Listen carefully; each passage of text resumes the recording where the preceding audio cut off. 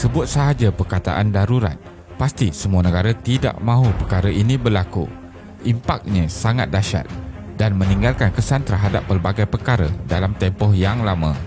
Malaysia atau yang dikenali Tanah Melayu pada masa dahulu pernah mengisytiharkan darurat pada 19 Jun 1948. Darurat ini hampir meragut peluang Malaysia untuk mengecapi kemerdekaan.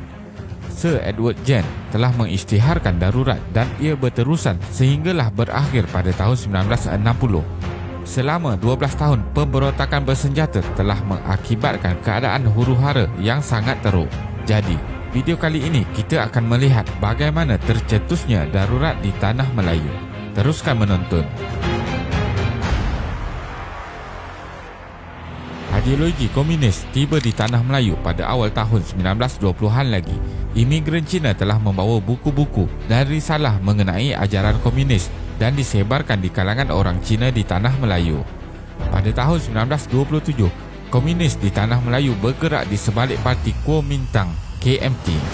Selepas itu, pada tahun 1930, Parti Komunis Malaya atau PKM telah ditubuhkan ekoran perpecahan Parti Komunis Nanyang di Singapura.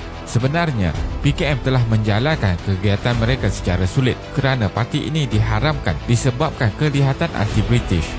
Namun, selepas kedatangan Jepun di Tanah Melayu pada tahun 1941, PKM telah mendapat tawaran membantu British untuk berperang melawan askar-askar Jepun. Ini kerana PKM telah mempunyai kekuatan dari segi jumlah ahli dan juga logistik.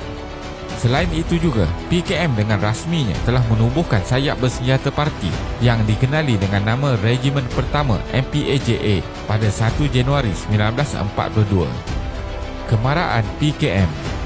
Setelah Jepun menyerah kalah, PKM telah menjadi sebuah parti yang paling tersusun organisasinya berbanding dengan parti-parti yang lain di Tanah Melayu. Kebebasan dan kelonggaran yang diberikan oleh pihak British telah mendorong pemerintah tertinggi PKM melaksanakan beberapa agenda untuk menguatkan pengaruh parti. Menjelang Jun 1948, keadaan menjadi gawat dan tegang. Kerajaan tidak mampu mengawal keadaan dengan cara biasa kerana adanya kegelisahan dan bantahan di beberapa tempat oleh masyarakat tempatan. Antara faktornya adalah dari pihak PKM sendiri dan juga masyarakat tempatan yang tidak berpuas hati terhadap British. Pengisytiharan darurat. Pada 16 Jun 1948, 3 pengurus ladang berbangsa British telah dibunuh oleh ahli PKM. Inilah peristiwa yang mencetuskan pengisytiharan darurat yang memberi kuasa kepada polis untuk menahan, memenjara dan menghukum. Akibat daripada itu, pengisytiharan pemerintahan darurat telah dibuat oleh Pesuruhjaya Tinggi British Sir Edward Gen meliputi seluruh Tanah Melayu. Pada 23 Julai 1948, British mengharamkan kembali PKM setepati berhaluan kiri yang lain. Bermula dari sinilah PKM mula menggunakan keganasan termasuklah memusnahkan harta awam, terutamanya kebun getah dan lombong biji timah, malah membunuh orang awam yang disyaki bersubahat dengan pihak British. Keadaan huru-hara ini telah membuatkan British mengambil langkah drastik serta beberapa strategi untuk melemahkan PKM yang bertindak ganas. Antaranya adalah: pertama, rancangan BRICS. Ia merupakan rancangan penempatan semula settingan di perkampungan baru bagi mengasingkan penduduk daripada pengaruh dan ancaman komunis. Strategi ini juga dapat menyekat bekalan makanan, memutuskan perhubungan maklumat dan ubat-ubatan kepada ahli PKM. Kedua, kad pengenalan. Pada tahun 1948, kad pengenalan mula diperkenalkan kepada semua penduduk di Tanah Melayu yang berumur 12 tahun ke atas. Ia bertujuan bagi mengesan dan menghadkan pergerakan penganas komunis. Ketiga, perang saraf.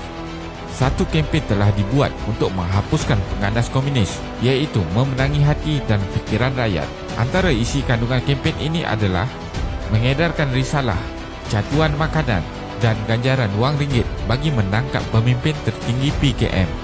Keempat, pengampunan beramai-ramai. Ia bertujuan bagi memujuk pihak komunis supaya menyerah diri. Kerajaan telah menyebarkan risalah dan pas pengampunan dalam bahasa Melayu, Cina dan Tamil. Setelah British melaksanakan pelbagai strategi ini, ia telah membawa kejayaan kepada Tanah Melayu dalam menamatkan darurat. Yang di-Pertuan Agong telah mengisytiharkan berakhirnya Undang-Undang Darurat pada tahun 1960.